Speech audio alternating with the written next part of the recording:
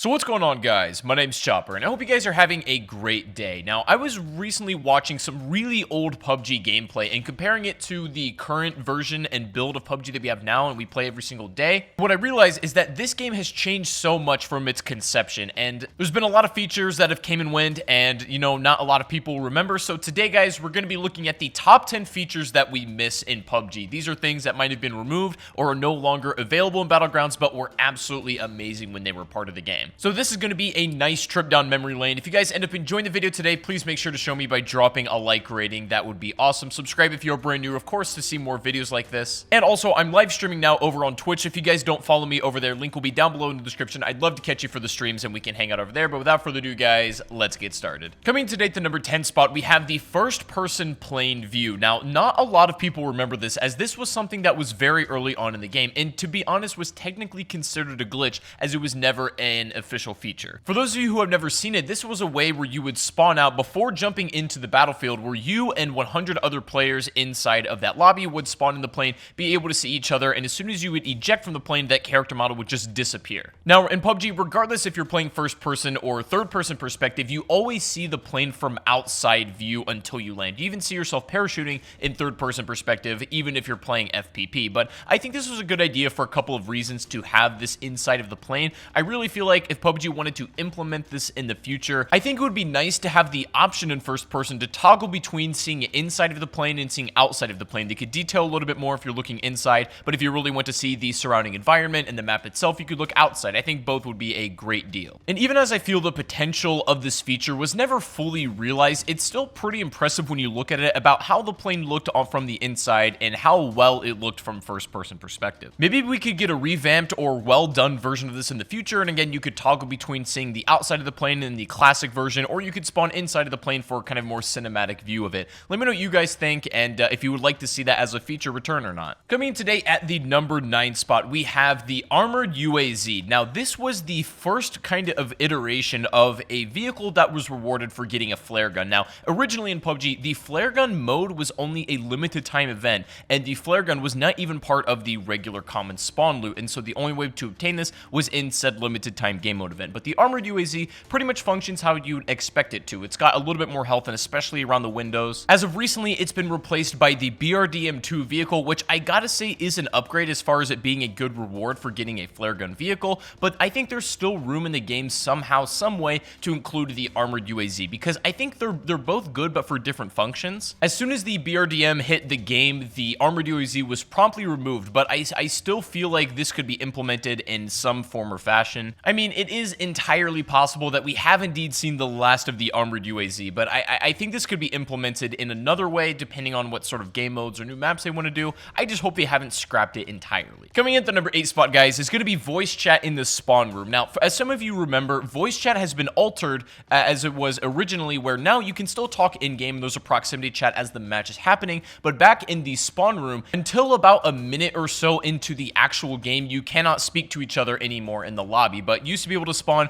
and just chat with each other before the game begins. This made for some incredibly funny moments. This made for obviously some very toxic talk as well. While this doesn't really affect much of the gameplay, I think what it does reflect, though, is the more primitive days of PUBG and kind of that really scuffed origins that this game had and how it rose up. Coming in today at the number 7 spot is going to also be sort of piggybacking off that idea of primitive PUBG, and this is the look of the old scopes. Now, upon watching some previous gameplay, I was actually astonished about how much these have really changed. Now, when it comes to the quality of the new scopes and how well I think they're implemented in-game, the new ones we have are way better than the old ones for sure, just as far as like a design perspective. But again, I think there's a certain degree of charm that these old scopes had just because of how rough around the edges they were and how bad they looked. It sounds weird to say because PUBG is still kind of a new game, quote unquote, and it's still very relevant as far as the current gaming landscape, that every time I look at the old scopes, I start to feel this certain kick of nostalgia coming on. And again, it's very strange, and I don't know why that is. Maybe it's because when I started playing this game, times were much simpler. Maybe it's because it's a rare look into like the fossils and the really grassroots that this game came from. Maybe it's a combination of both. I'm not really sure, but I kind of miss the old scopes, not for their functionality, but just because of what it reminds me of. Coming in today at the number 6 spot is going to be the feature that I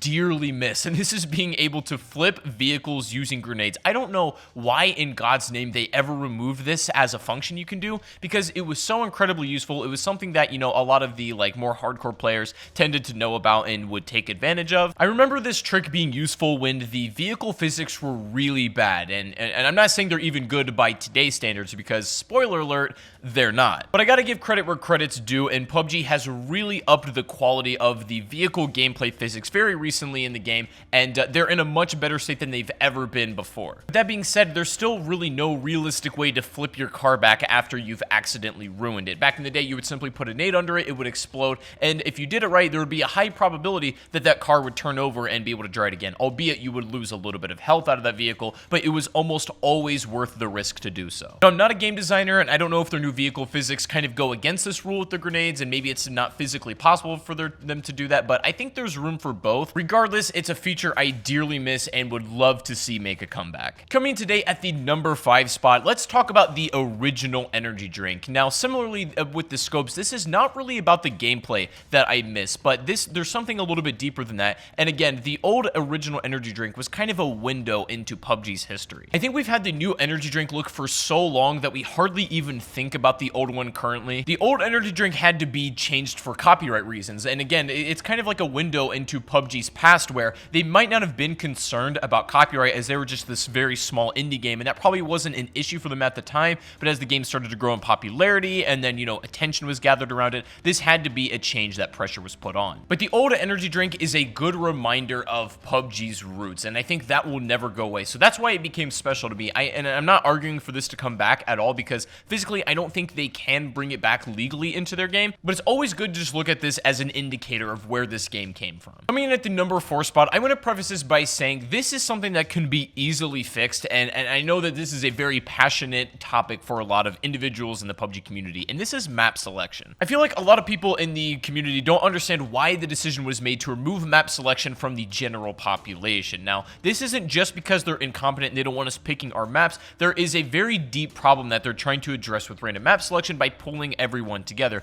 because the problem is currently everybody's selecting their own maps. There aren't simply enough players to fill up every queue, and this means only very certain maps, you know, namely Erangel and Sanhok for the most part, get played. For about a month, a Miramar game was impossible to queue into for my region, and I literally didn't play the map for a couple weeks on end, and that was kind of annoying. So with random map selection, now I get to play all of the maps, and queue times are a little bit easier, but that does give us it takes away the freedom of us being able to select whatever map we want at any time, which is unfortunate, but there's no optimal solution to this problem. The issue is there's not enough players to fill every queue, and whether that's because there aren't enough people on that particular region or there's too many ways to divide up players, it's a very complicated issue. So just bringing back map selection for us wouldn't really fix anything, and it would make a lot of problems worse at the moment. So hopefully there is a better solution that's on the way, but unfortunately right now we don't have the option to pick our maps, which a lot of players miss, including myself. Coming today at the number 3 spot are limited time game mode events. Now, it's kind of unfortunate. Again, this has to do with the same problem that affects map selection,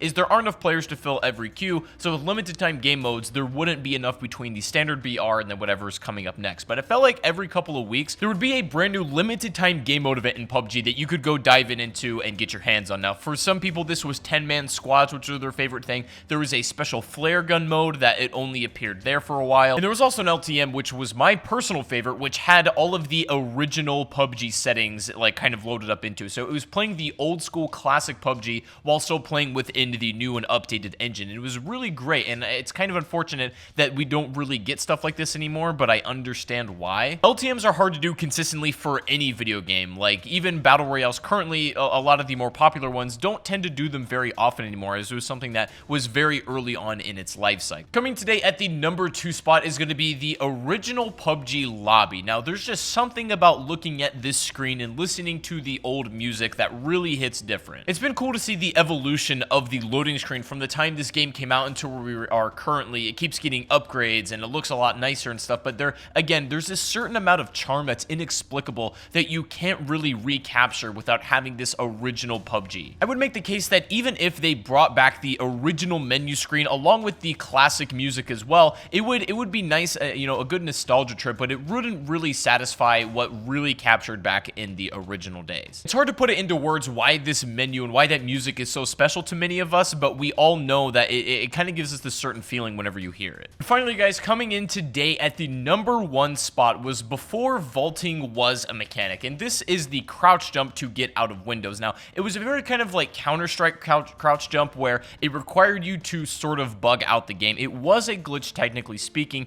but this was the way where you would jump out of windows in a high-story building. And the funny thing is when you would kind of go through that window pane, the glass wouldn't even break because the game wasn't meant to do that yet. The old crouch jump was used to get up hills quickly. Like, you could basically hover up a hill within a matter of seconds. You could get on some inaccessible places that you weren't otherwise supposed to jump onto, and they encouraged the use of this for a while as they're like, hey, we're making this vaulting mechanic, but in the meantime, have at it. And that's what I find so cool, is because PUBG is really this still battle royale sandbox where they want to give us these tools to be as creative as possible. They want to have legitimate mechanics, but if players find a way to like kind of use a certain function in the game that's kind of unorthodox, but it works, they encourage this stuff. Like, same thing with the drive-bys. People thought being able to seat swap and shoot out of windows as of recently is a glitch, and that's going to get patched out because it doesn't seem very realistic for this game. And while it isn't, they still encourage it. They even include it in trailers and tell you that this is a strategy you can use. I find that extremely fascinating, their mentality towards that kind of gameplay. It's cool to see, but guys, if I missed any features, I'm sure there's a ton that you guys can think of that maybe I didn't include on this list